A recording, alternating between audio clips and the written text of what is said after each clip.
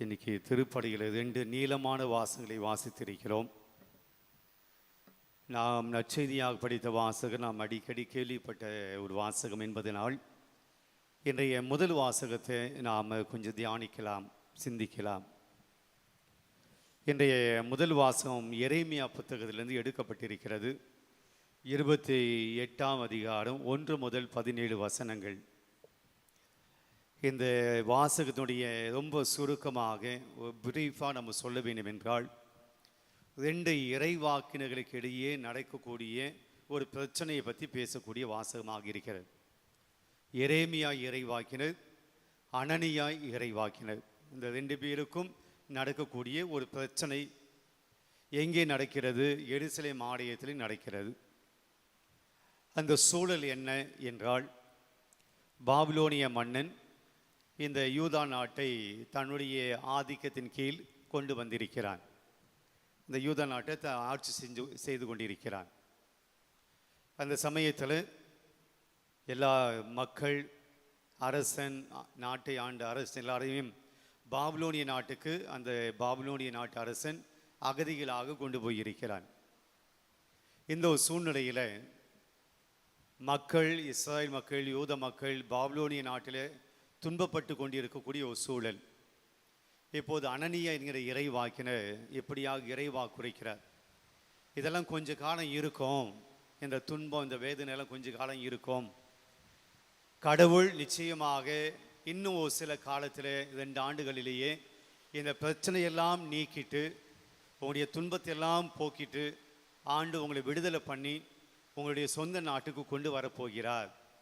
உங்களுடைய நுகத்தடிகளை எல்லாம் அவர் எடுத்து விட போகிறார், கஷ்டங்களை எல்லாம் எடுத்து விட போகிறார் என்று அனனியா மக்களுக்கு, அந்த எருசலேம் ஆலயத்தின் இந்த குருக்களுக்கு சொல்றார். நம்முடைய துன்பம், நம்முடைய கஷ்டம் எல்லாம் நீங்கிடும். அந்த இடத்துல எரேமியா இறைவாக்கினர் இதை கேட்டுக்கொண்டிருக்கிறார்.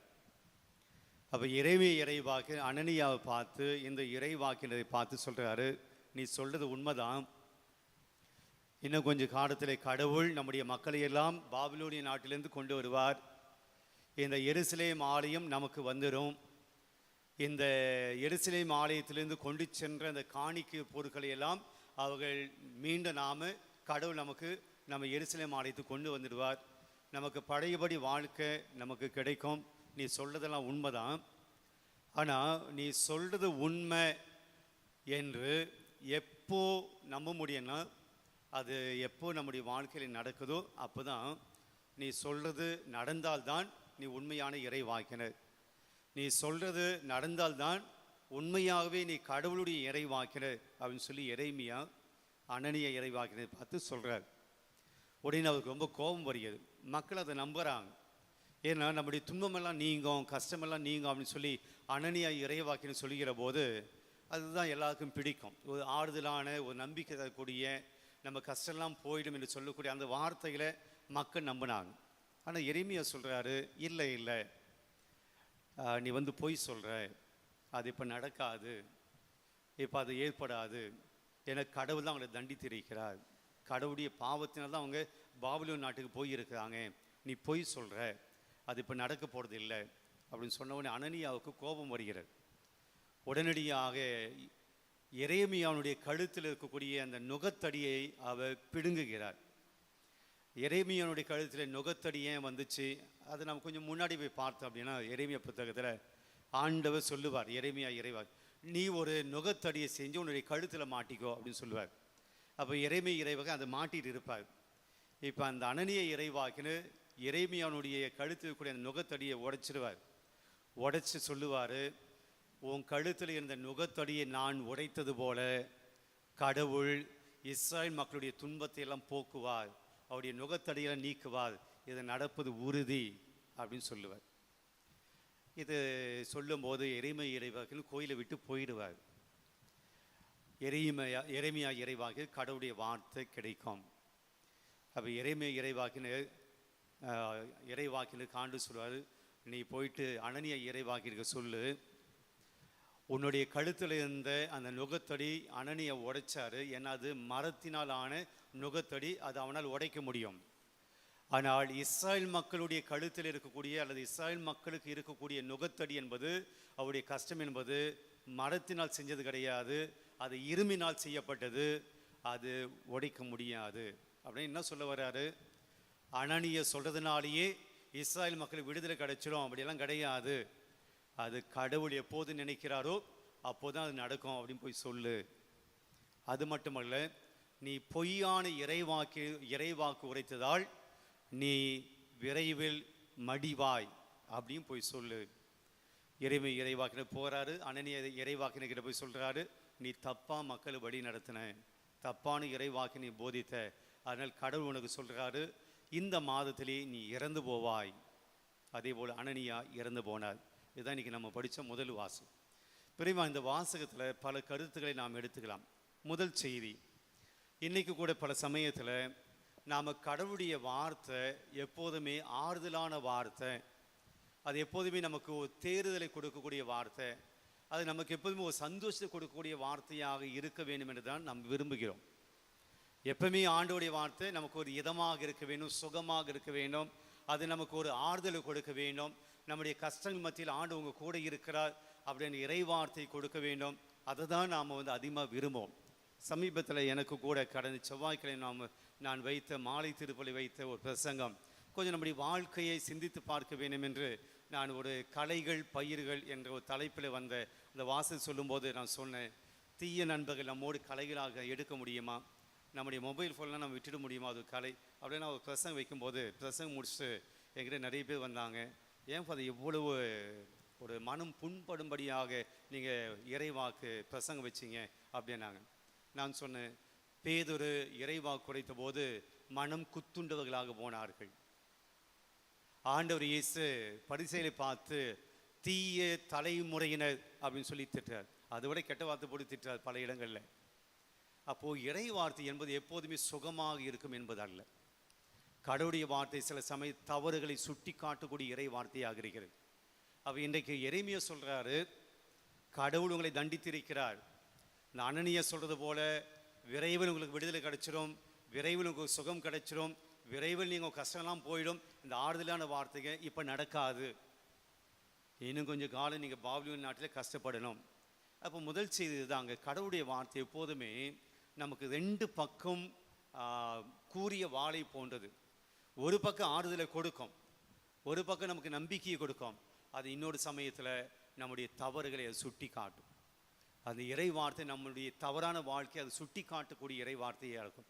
நாம் ஒரு சைடு மட்டும் நம்ம எடுத்தோம், கடவுளுடைய வார்த்தை ஒரு சைடு மட்டும் எடுத்து கடவுள் இதை தான் சொல்கிறார், நமக்கு கடவுள் இதை மட்டும் தான் பேசுவார் அப்படின்னு நினைக்கிறோம்.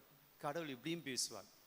கடவுள் நீ செய்கிற பாவத்துக்கு தண்டனை உண்டு, உன்னுடைய பாவத்துக்கு தான் இந்த தண்டனை அனுபவிக்கிற, இந்த பாவம் செஞ்சினால்தான் உங்களுக்கு இந்த அடிமைத்தனம், நீங்கள் தீய வாழ்க்கை வாழ்ந்தனால தான் உங்களுக்கு பாபிலோன் நாட்டில் அடிமைகளாக இருக்கிறீங்க, எதையும் ஆண்டவர் சொல்லுகிறார். ஆனால் அது நமக்கு பிடிக்காது.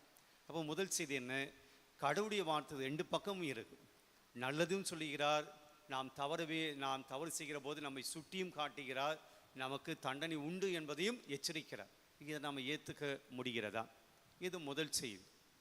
ரெண்டாவது, பல சமயத்தில் நான் என்னை வைத்து இந்த வாசத்தை யோசிக்கிற போது, அனனியாவை போல இறைவாக்கு உரைக்கிறோமா அல்லது எரேமியாவை போல இறைவாக்கு உரைக்கிறோமா? அனனியா தன்னுடைய சொந்த எண்ணத்திலிருந்து இறைவாக்கு உரைத்தார். கடவுள் அதை சொல்லவே இல்லை அவருக்கு, இதை போல இறைவாக்கு போய் சொல்லு அப்படின்னு அனனியாவுக்கு சொல்லவே இல்லை. ஆனால் அவராக போய் சொல்கிறார், மக்கள் தன் மீது ஒரு அபிப்பிராயம் கொள்ளுவாங்க, தன்னை ஏற்றுப்பாங்க, இப்படி சொன்னால் மக்கள் மத்தியில் ஒரு நல்ல புகழ் கிடைக்கும் என்று அனனியா நினைத்து மக்களுக்கு எது பிடிக்குமோ அதை போய் சொல்கிறார். ஆனால் எரேமியா கடவுள் என்ன சொன்னாரோ அதை சொல்கிறார். பல சமயத்தில் குருக்களாகிய எங்களுக்கு இந்த செய்தி, நான் நினைப்பது போதிக்கிறேனா அல்லது கடவுள் போதிக்க வேண்டும் என்பதை போதிக்கிறார் என்கிறது இது எங்களுக்குண்டான ஒரு பெரிய ஒரு சவால். பல சமயத்தில் நமக்கு பிடித்ததை போதிக்க வேண்டும், மக்களுக்கு சொல்ல வேண்டும் அல்ல, மாறாக இந்த வாசகத்தின் வழியாக கடவுள் என்ன சொல்லுகிறாரோ அது சொல்லணும். அதுக்கு நிறைய ஜப வாழ்க்கை, தியானம், இறை வார்த்தையை தியானிக்கணும். இது இன்றைக்கு போதிக்கக்கூடிய நமக்கு குருக்களுக்கு அல்லது சில சமயம் நாமும் நம்முடைய அன்பியத்தில் நாம் இறைவாக்கு குறைக்கிற போது நம்முடைய விருப்பத்தை சொல்லுவதல்ல, கடவுள் இந்த இறைவாக்கின் வழியாக என்ன சொல்கிறாரோ அதை நாம் சொல்லணும். அனனியை போல அல்ல, நம்முடைய விருப்பத்துக்கு அல்ல, மாறாக எரேமியாவை போல நாம் இருக்க வேண்டும். மூன்றாவதாக இறுதியாக நான் பார்க்குறேன், நமக்குள்ளே அனனியாவும் இருக்கிறார், நமக்குள்ளே எரேமியாவும் இருக்கிறார். நமக்குள்ளே 2 இறைவாக்கினர் இருக்கிறாங்க. நம்முடைய மனசாட்சி சொல்லுது, இதுதான் கடவுளுடைய சித்தம், இதுதான் கடவுளுடைய திட்டம், இப்படி தான் இருக்கணும். எரேமியா நமக்கு எச்சரிக்கிறார், இதை செஞ்சால் தப்பு, செய்யக்கூடாது, கடவுளுக்கு விருப்பமானது இல்லை என்று மனசாட்சியின் வழியாக எரேமியா நமக்கு சொல்கிறார். ஆனால் அதே சமயத்தில் அனனியாவும் நமக்குள்ளே இருக்கிறார். இல்லை அதெல்லாம் பெரிய விஷயம் இல்லை, நீ இப்படியும் செய்யலாம், இது தப்பு கிடையாது, இது பாவம் கிடையாது, இது தீயது கிடையாது. அனனியாவும் நமக்குள்ளே இருக்கிறார். யாருடைய குரலுக்கு நாம் செவி மடிக்கிறோம்? பல சமயத்தில் அனனியாவுடைய குரலுக்கு தான் செவி மடிக்கிறோம். நல்லது அப்படின்னு சொல்லி நம்முடைய மனசாட்சி சொன்னாலும் பார்த்துக்கலாம் என்று சொல்லி அனனியாவுடைய குரலுக்கு நாம் செவி சாய்க்கிறோம் பல சமயத்தில். அப்போது இன்றைக்கு முதல் வாசனம் சொல்லுகிறது, நாம் கடவுளுடைய விருப்பத்தின்படி நடக்கிற போது கடவுள் நம்மை பாதுகாத்து கொள்கிறார். நம்முடைய விருப்பம் நம்முடைய இயல்புக்கு ஏற்றப்பட வாழ்கிற போது அனனியாவுக்கு அங்கே தண்டனை தான் கிடைத்தது. ஆக இன்றைக்கு முதல் வாசனம் நமக்கு ஒரு பெரிய எச்சரிக்கை விடுக்கிறது. கடவுளுடைய வார்த்தையை நாம் கேட்கிறோமா, அல்லது நமக்கு பிடித்தமான அல்லது மனிதர்கள் நமக்கு பிடித்தமானதை சொல்லுகிற போது அதை கேட்கிறோமா? கடவுளுக்கு உண்டானதை போதிக்கிறோமா அல்லது நமக்கு உண்டானதை போதிக்கிறோமா? நமக்குள்ளே இருக்கக்கூடிய மனசாட்சிக்கு நாம் செவி சாய்க்கிறோமா அல்லது நம்முடைய தீய எண்ணங்களுக்கு நாம் செவி சாய்க்கிறோமா?